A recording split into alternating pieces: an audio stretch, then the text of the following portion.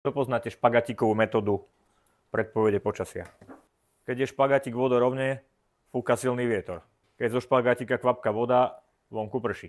Ale máme aj sofistikovanejšie metódy na predpovede počasia. Je v špongii voda? Je. Hej. Tečie z nej vonku? Nie. Keď ju trošku stláčam, tak voda tečie. To je vlastne dažď. A špongia predstavuje oblačík. Že je nejaká troposféra, tropopauza, stratosféra, stratopauza, mezosféra. Prečo sa to tak rozdelilo, ako to je, viete? Teplotný profil je to, čo nám to rozdeľuje.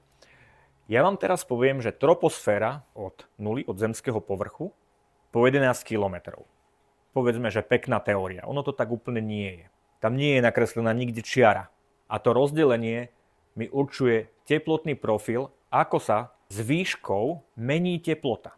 Čím vyššie pôjdem, tým mi bude teplota klesať v troposfére. Máš Passat, ten fúka stabilne jedným smerom celú dobu.